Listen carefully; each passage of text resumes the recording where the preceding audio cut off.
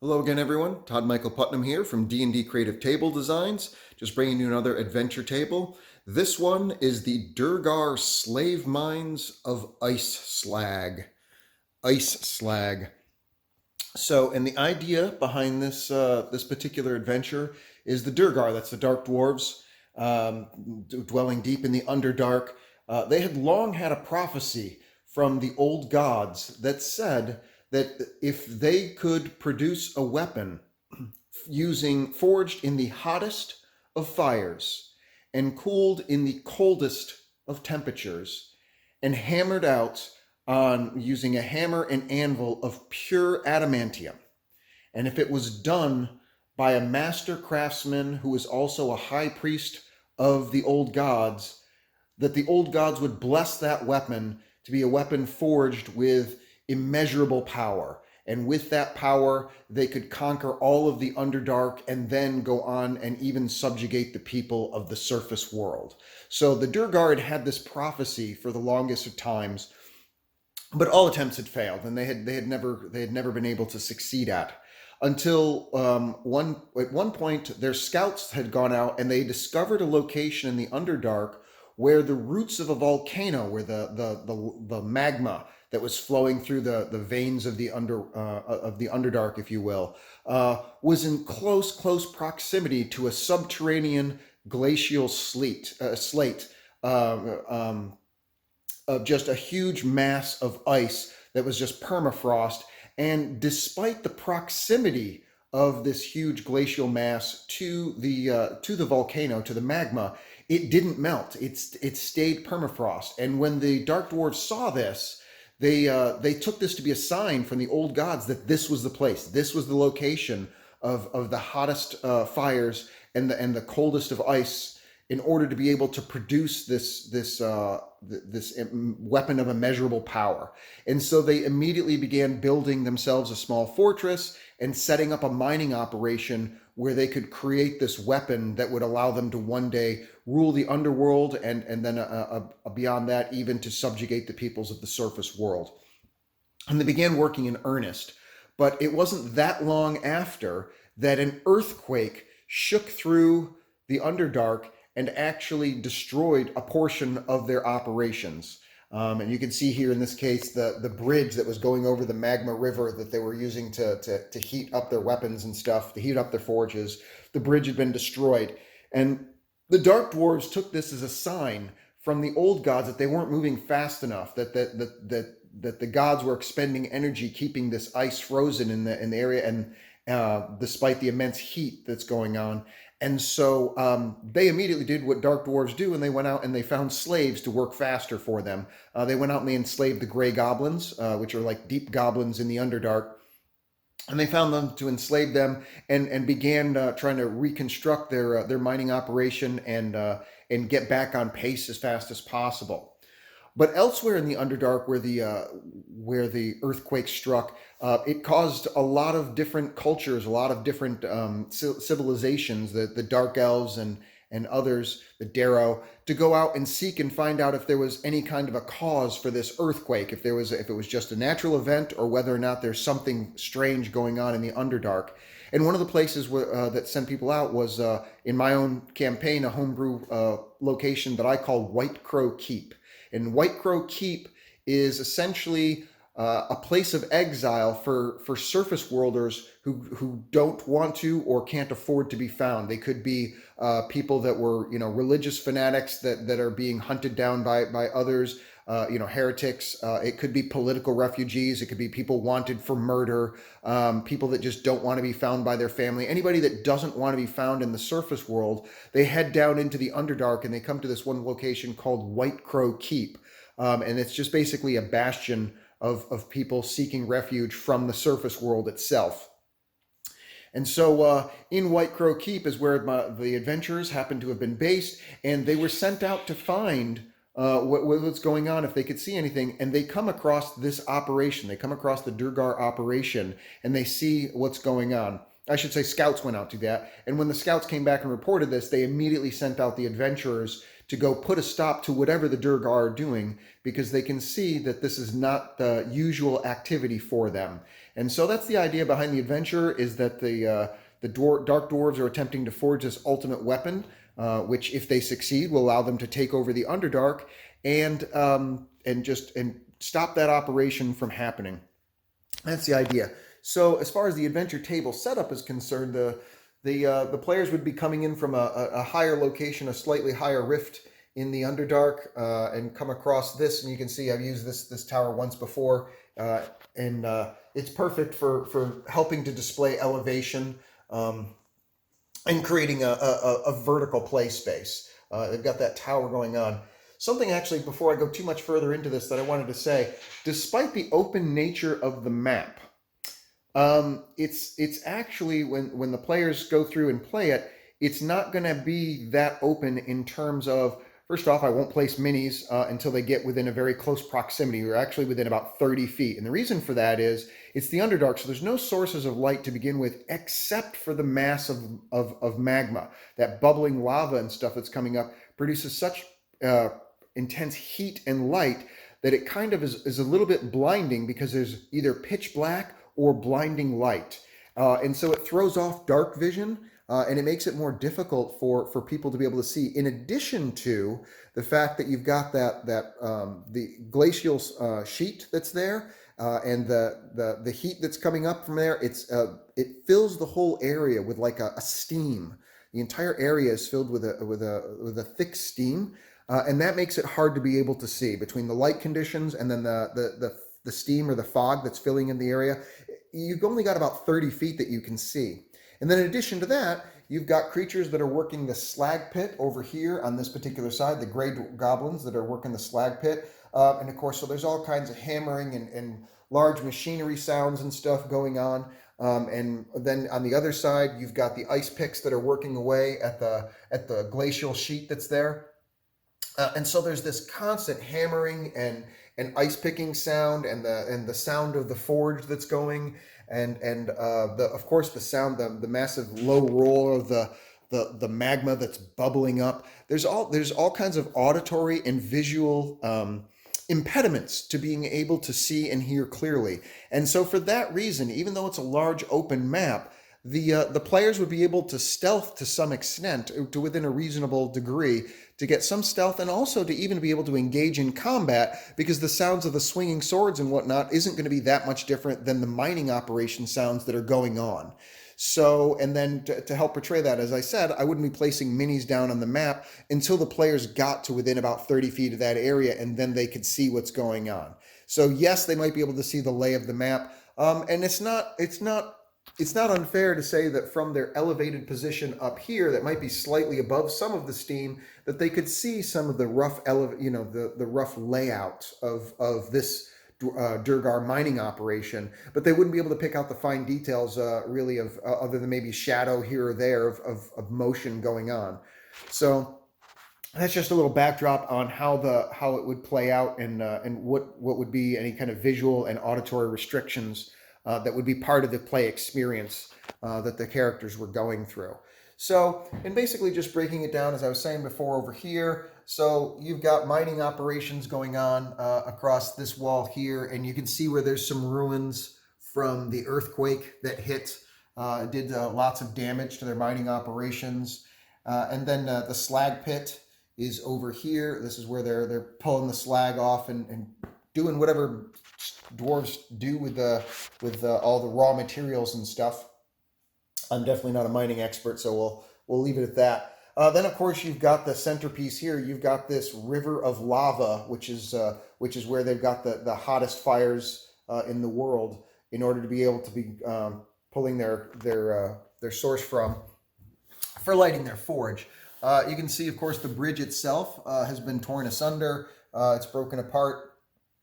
And so that's a play opportunity there as well. How are they either going to get across this bridge, or if they want, these walls over here, there's plenty of rocky crags and stuff. If they want to make a whole bunch of dexterity checks and things like that, they can try, and strength checks, they can try and climb across that and see if they can get over to the other side. Or, on this one here, they could maybe do potentially a fly spell. They could do jump spells. They could throw a rope across and try and go, whatever they're going to do.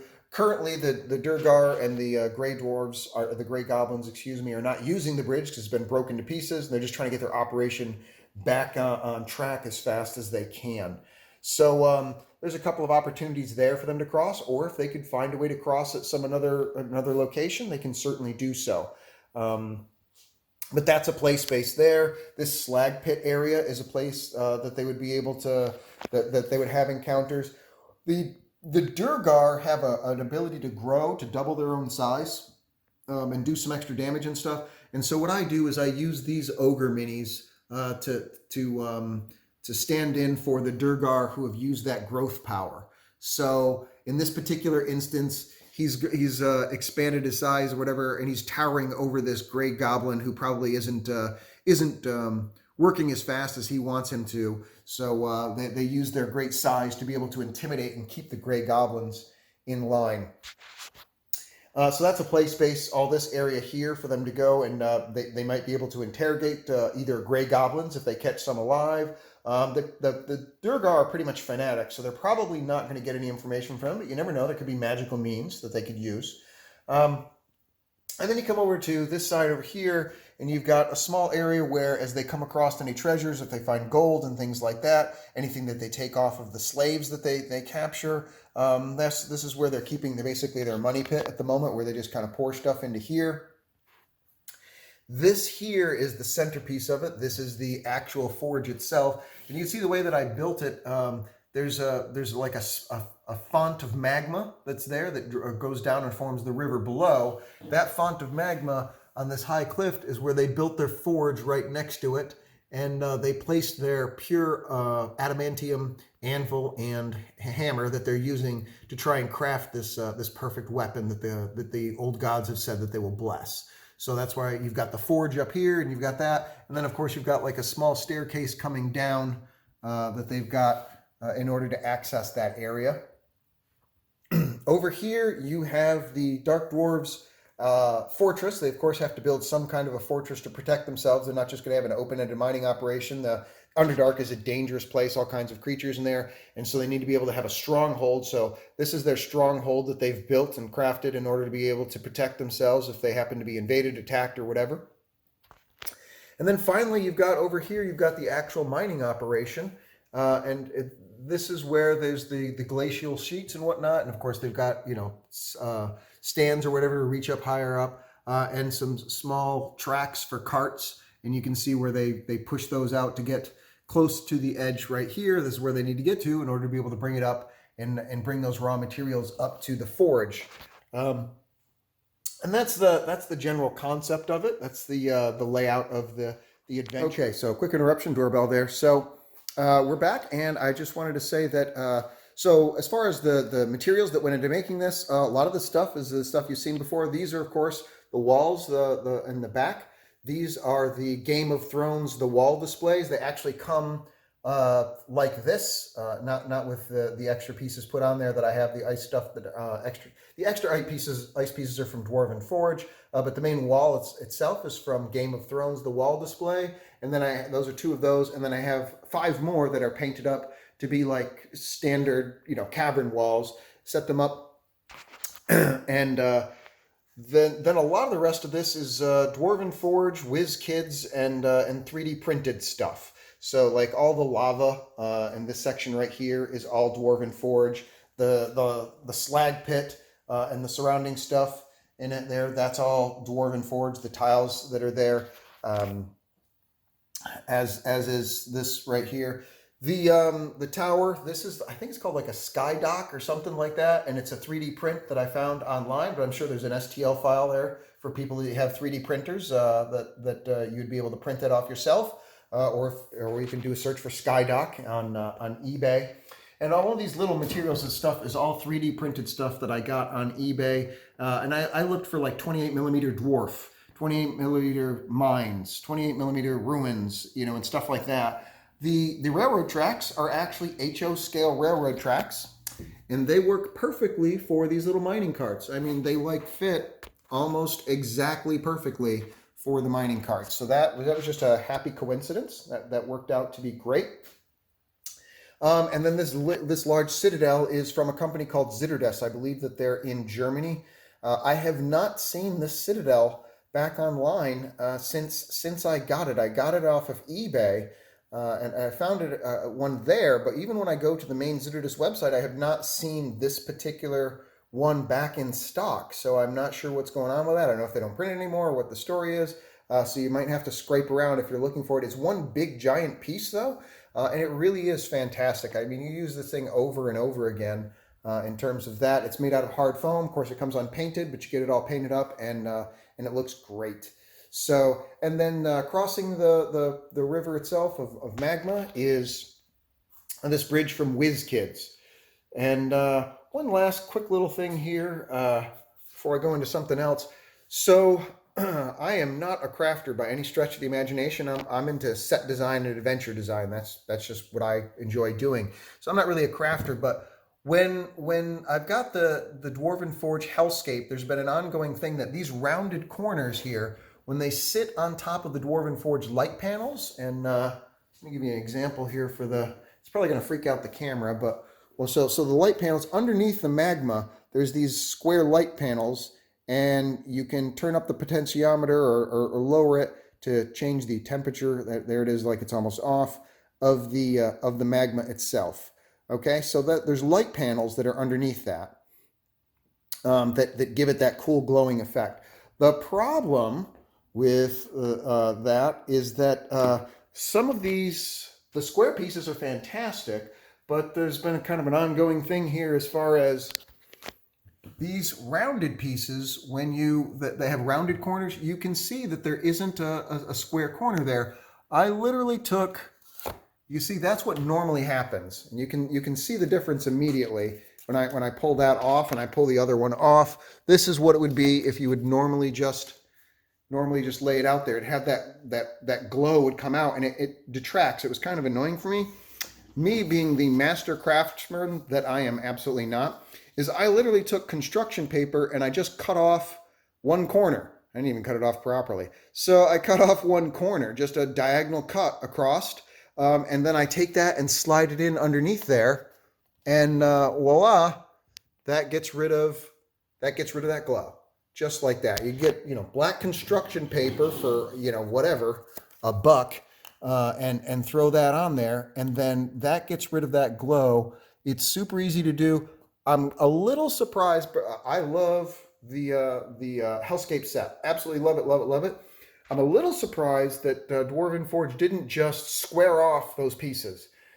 They have squared off some of the pieces in like their traditional cavern set. Not all of them, most of them are round corners too, but they do have some of them that have a square bottom to them, and I'm kind of surprised they didn't take that approach. There may have been a technical reason, I don't know.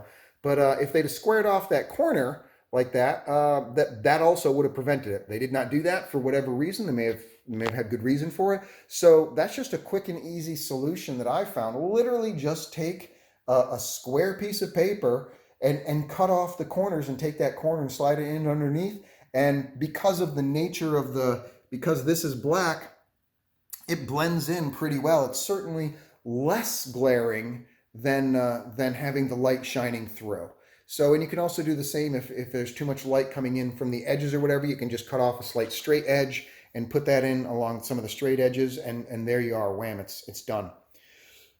And one more thing I'd like to go through quickly was the genesis of this idea. Where did this idea come from? Everyone gets ideas from their own places. Some people get them from reading a book. Some people get them from watching a movie or a TV show or reading an adventure module, and that gives them an idea. I get my ideas from the terrain itself, ironically. I was looking at my WizKids bridge, and I was thinking to myself, well, where else can I use this thing? Because it's a pretty dominant piece. It takes up a lot of space. It's a large bridge, okay? It's if you've got a smaller table, it would absolutely be a centerpiece to it. And even on mine, which is 6x4 play space area, it still takes up a fairly significant chunk of the play space. And so I was like, well, where else can I use this? And so the natural thing is, well, bridges in real life, they can cross rivers and they can cross, chasms. And that's basically about it. That's what it's going to be. But in fantasy world, I was thinking, what else it could cross? It could be used to cross like a lava thing. So I was like, yeah, let me see if I can do that. And I sat around and I literally just started. I didn't have an idea for a mine yet. I didn't have an idea for any of the adventure. This literally, the genesis of this is, what else can I have the bridge cross? Okay, I'm just giving you an idea of where my ideas can come from. And same thing with you. If you just keep pulling on the thread, things can start to come together. So I literally just laid out the bridge and just the lava tiles, and spent a good 20-30 minutes just playing with it and coming up with a configuration that I was like, okay, that's cool. That was, that works. So, and then my thought was, well, where's there going to be lava? And I was like, well, there's going to be lava near a volcano. Let's make it a volcano that's in the roots of it underground. So it's the magma under the earth, the surface of the world itself. Let's the heck with that. Let's put it in the Underdark. Yeah, that's an idea. We'll put this in the roots of the volcano in the Underdark. Well, who would be down that deep? Well, the Duergar would. So instead of regular dwarves, it's going to be the Duergar. So there we go. We'll do that, and started building out from there. And then what happened was, one of the other little interesting things was, in order to do scale, these Game of Thrones walls, they work fantastic. I love them, but you'll notice I only have five of the walls. And so when I put it out there, I had five of them, and this area where the ice ones were blank. I didn't have anything there. And it took away from the thing. It was just like, okay, you've got a wall that just suddenly ends before the play space ends. It doesn't look right at all. It's like, and my first thought was, oh my God, I need another Game of Thrones wall. Come on. But sometimes your limitations can actually end up being the thing that inspires you to come up with a better idea. Not all limitations are a bad thing. Sometimes it's a redirect to a better idea. And so I was like, well, I do have two more Game of Thrones walls. Actually, I don't have one, I have two. It's just that they're not painted up. They're ice. And I didn't have time to paint them up, and I didn't want to paint them up because I want to have some that are ice too. So I just set them up there, and I was like, well, could there be a glacial sleet under the slate, excuse me, under the in the subterranean layers of the world? Why not? I mean, if there's ice way above, then maybe there's if it seeps down that far below into the deep underneath the crust of the world itself. And so I was like, okay, I'm just gonna have a wall of ice here next to this lava, and then naturally you immediately begin. My brain was like, well, then what's the story? Because that's such an odd scenario. There needs to be a story that brings that together. Why would there be such the freezing cold and burning hot right next to each other? And then this little piece right there, that little font, I was like, that would be perfect for like a forge, a super hot forge that could go next to it. So you got that little forge right there. And I've had forever and a day, I've had it for like 5 years, I think, this little anvil piece that I've never actually used. And I always wanted to use it as a magic weapon craft thing. It's a piece for, they're crafting some kind of magic weapon. I'm like, well, wow, yeah. You mean, you've got to heat up the metal first, and then you've got to, oh, sorry for the morning light coming through there. You got to heat up the metal first, and then you've got to cool it down after, whenever you're making stuff. So I'm like, well, maybe if you're forging an ultimate weapon, you'd want to have ultimate heat and ultimate cold. So yeah, I could use that as the font for the furnace to fire up that forge, and then of course the ice picks and stuff, the ice sheets we could use in order to be the ultimate cold to cool the weapon down, and the story basically just grew from there. And so I'm just kind of giving you an idea of where some of my ideas can come from. I literally walked into my room for my stuff, and I had no idea what I wanted to build. And I just looked at the bridge. I was like, well, what else could I use the bridge for? And just started thinking about that. And it started off as just a technical thing. Could I produce something that would look believable, relatively believable, for a bridge crossing lava? That's literally the genesis of this particular table. And it just sort of took off from there, between limitations and other things that just kind of directed purpose, and like, what would be the purpose of that? So that's just a kind of a little bit of an insight into the way that I come around to thinking of ideas, and how I get into some of the table designs that I do, and the backstories, where they come from. What can I use this piece for? And then what would the purpose of it be in a story? How would that get used in the story elements of the adventure itself? That's just a little insight into the way that I do things. I don't know. How do you do things? What do you do? Do you read books? Do you do table pieces? Do you do something completely different? Do you just talk to your friends? I'd be interested to find out how other people get inspired. I know I get inspired in D&D creative table designs all the time just by looking at other people's work. Man, that is so smart. That is so cool what this person did. Or the execution on that is just fabulous. And it just gives me ideas. It feeds me. I'm very visual. That just happens to be me. So artwork used to be something that would, before I had terrain and stuff, I would literally just go through my old 1980s D&D modules and look at the artwork and see the artwork, and that would inspire me for writing adventures and stuff. What could the story be behind this besides the story that's attached to the module that artwork happened to be written for? So, but once I got into minis, then I could actually pick up the artwork, if you will, and just kind of play it with it in my hands, and it would just, something about that tactile feel to it just would set my imagination going and help me start building worlds. So what works for you? What helps you with adventure designs? I'd really like to hear. So please let me know in your comments. If you like this adventure, please like and subscribe. I think we're well over 60 or just over 60 videos now in this YouTube channel. So check it out and let me know what you think, and I'll talk to you next adventure. Take care. Bye.